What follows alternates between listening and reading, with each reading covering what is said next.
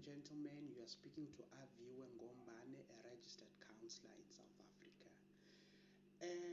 It being known that this month is Mental Health Awareness Month, our focus for today and this session will be on how mental health affects men in general.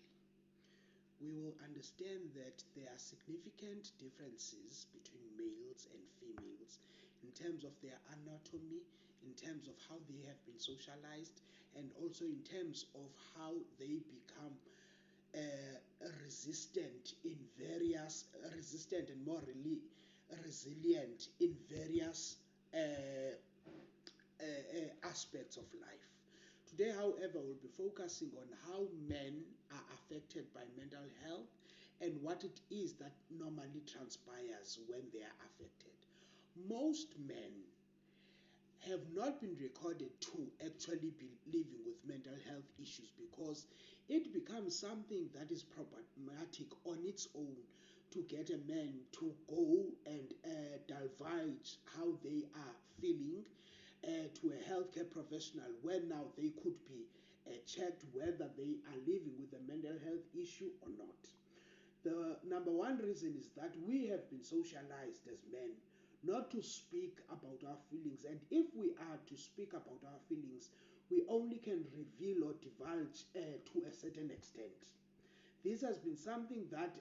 has been established in almost every culture when it comes to men. We'll recall that men are also subjected to the fact that they are seen as providers and they are seen as solution givers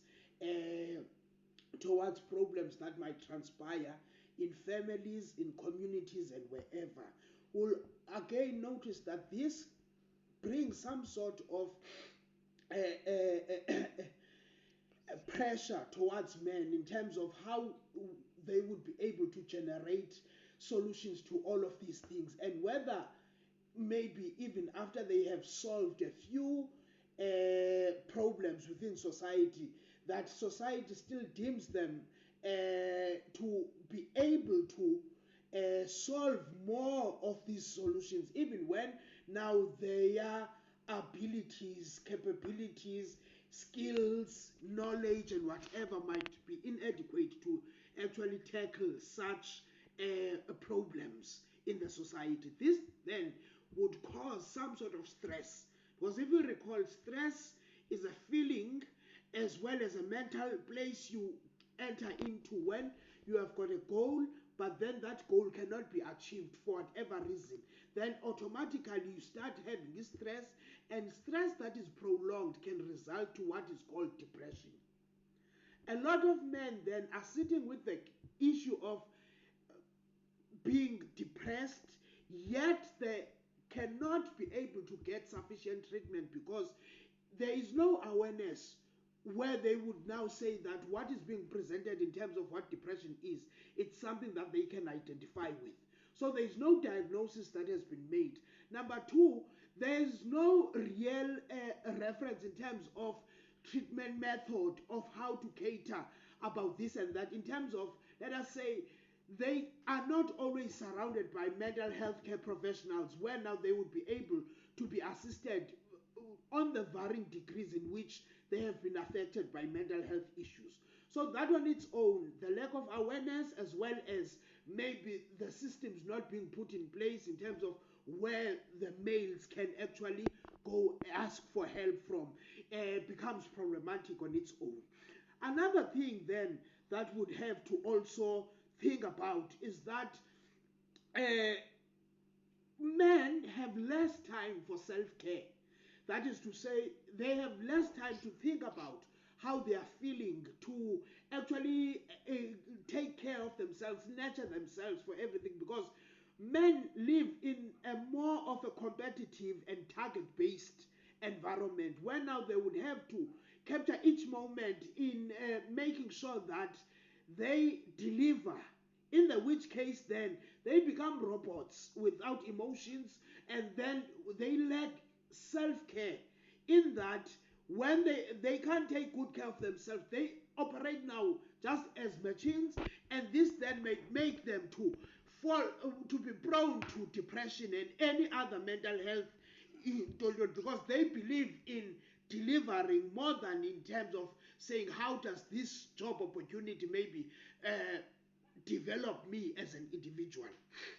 Amongst many other things, men can be prone to psychological disorders like depression because there is an imbalance in terms of what is invested in a man within society as well as what is expected from them. Take naturally, if you start a family, the man is sought to be someone who provides for the entire family, irrespective of the fact that the woman is also getting paid, maybe has got a good job, but the man is tend to be seen as someone who should be leading, even financial and whatever. That on its own, if they get a spouse that is not supportive and who cannot be able to foresee izinto that can actually be harm to the man providing and whatever, then this can exert some sort of strain to the man, as he will feel that if I do not deliver as such, then I might be less of a man to what I would have actually thought I am. Now, these are some of the pressures that we might get, but to close it off, there is also an issue, a concept of marginalization and double marginalization, where now even a man in his workplace or whatsoever is subjected and seen as a servant who reports to the boss and whatever. But after then they come back, they are the heads of the family. Then you find out that because of the strain and stress that they are getting at the workplace, they cannot come now and become the provider, the father, the one who gives guidance in the workplace. But because they were subjected to selfish demands boss and who try to suppress them in any other form that one would think about, you'd find that they come back at home and they suppress their counterparts, which is the women at home, their wives. Then because the wives are afraid of the husband, this now the wives start suppressing or maybe suppressing the kids. Now you see that this is all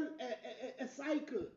that comes from there to there, but it all emanates from the fact that the man is a provider. So for me, I would say that the man indeed is a provider. However, if you provide a man with stress, you must know that he will be able to replicate and plant more stresses. That is why it is essential for men to make sure that they are aware of mental health issues they might be going through, as well as to make sure that they are getting the necessary care for such issues. I hope this talk will